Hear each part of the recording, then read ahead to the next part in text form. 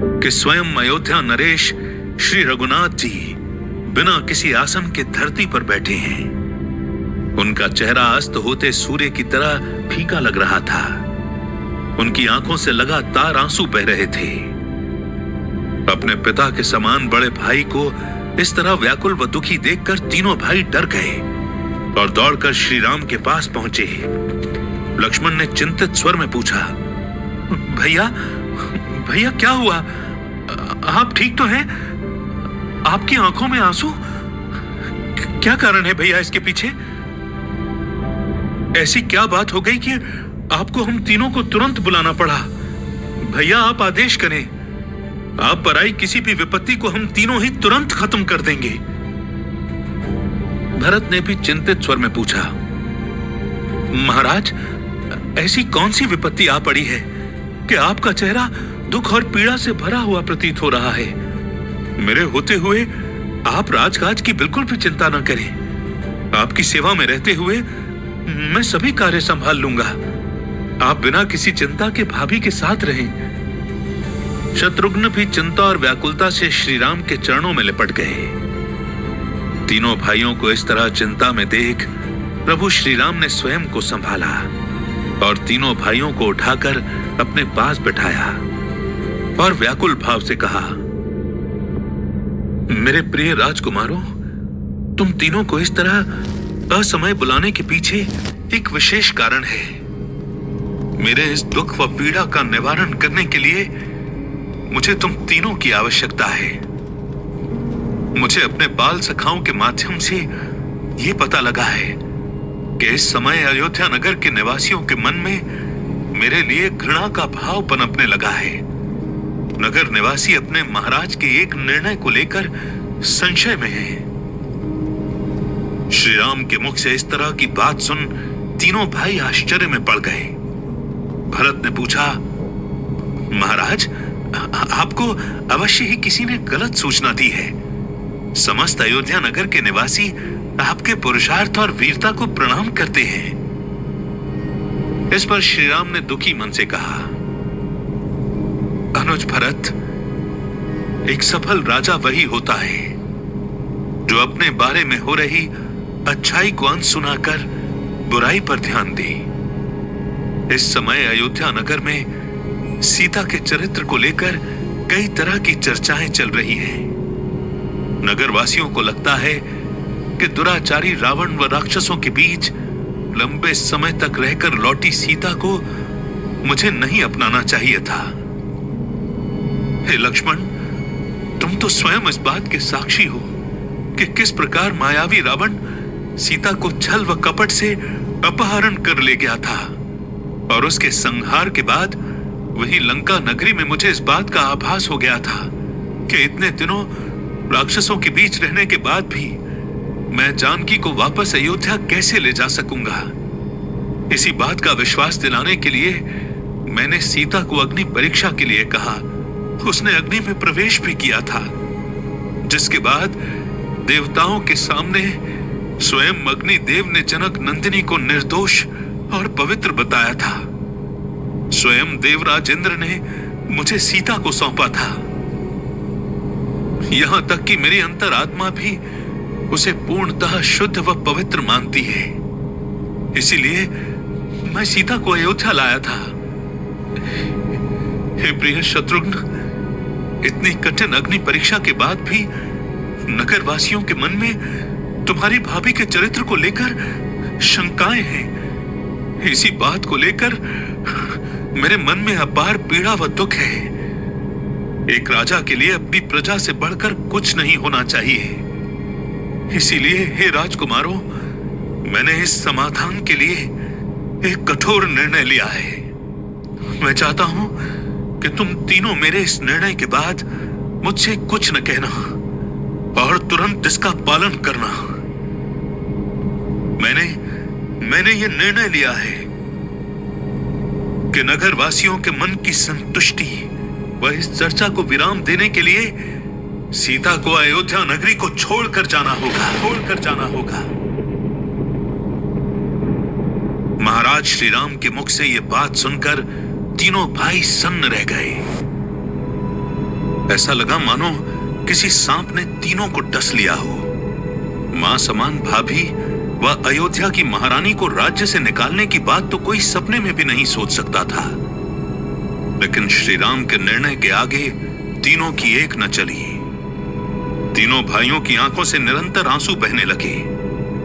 तभी श्री राम ने लक्ष्मण से कहा, प्रिय लक्ष्मण, मैं जानता हूं कि तुम मेरे इस निर्णय से बहुत आहत हुए हो। इतने वर्ष वनवास में तुमने सीता की बहुत सेवा की है। सीता भी तुमसे अत्यधिक स्नेह रखती है, परंतु तुम्हें इस कठिन कार्य को पूरा करना होगा। हे लक्ष्मण, कल प्रातः ही तुम सारथी सुमंत्र के साथ रथ लेकर मेरी प्राण प्रिय जनक नंदिनी सीता को इस अयोध्या नगरी के बाहर छोड़कर आओ। तुम सीता को गंगा नदी के पार महात्मा महर्षि वाल्मीकि मुनि के आश्रम में छोड़ देना। अभी कुछ दिन पहले ही सीता ने वन में जाकर आश्रम में रहने की इच्छा जताई थी। इस तरह उनकी यह इच्छा भी पूरी हो जाएगी। प्रिय अनुज, मैं चाहता हूं कि अब मुझसे कोई प्रश्न पूछे बिना तुम मेरी इस आज्ञा का पालन करो। ऐसा कहकर श्री राम आंखों में आंसू लिए अपने कक्ष में चले गए। इधर बड़े भाई के इस कठोर निर्णय से तीनों भाई बहुत दुखी थे, लेकिन महाराज की आज्ञा का पालन करना ही एकमात्र उपाय था। तीनों भाई रोते हुए अपने अपने महल को चल दिए।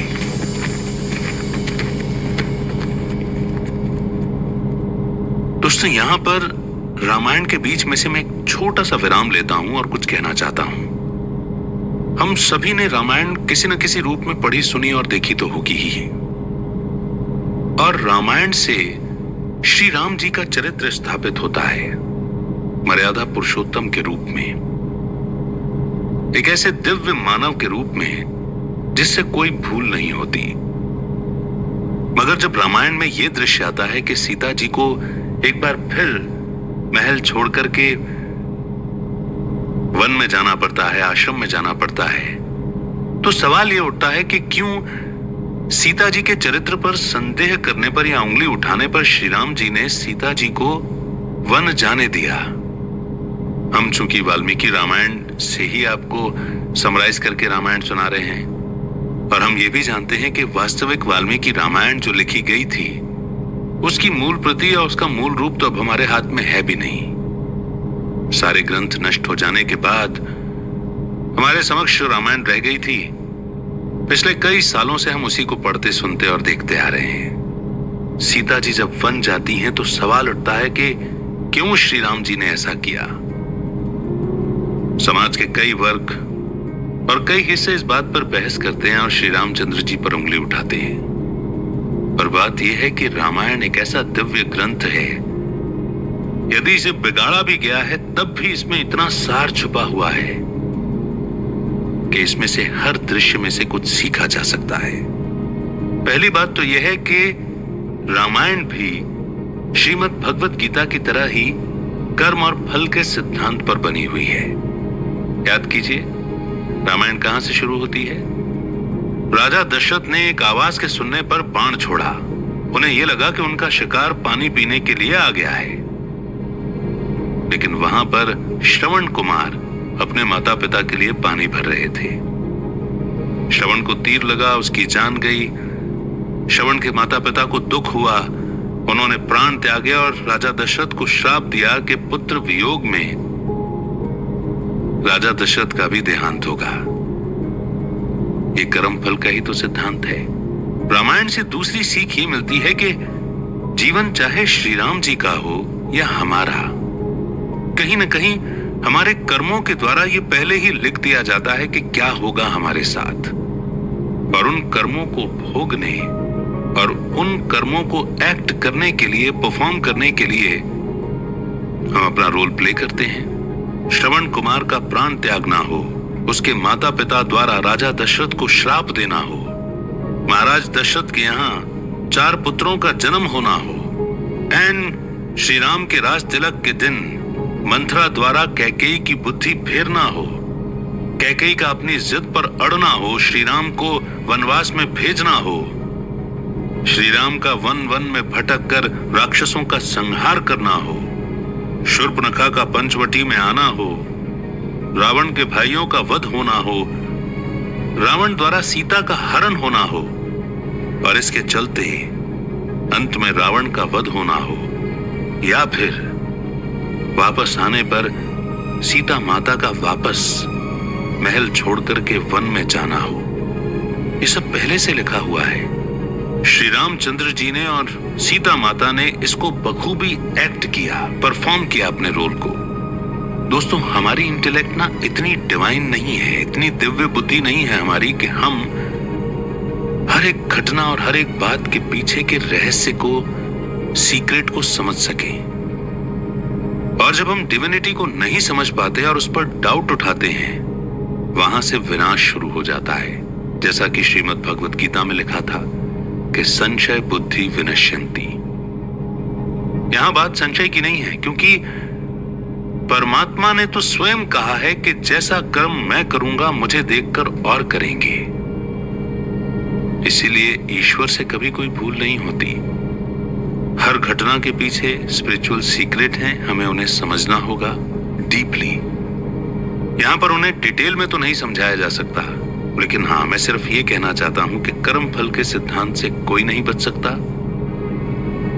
माता सीता, जिनका रोल ही है श्री राम के प्रति समर्पित रहना, जिन्होंने राजमहलों को त्याग दिया, हर आकर्षण को त्याग दिया, सोने के आभूषणों को भी त्याग दिया, भूल उनसे भी हो गई, सोने के हिरण के आकर्षण में आ गई जो कि मायावी था।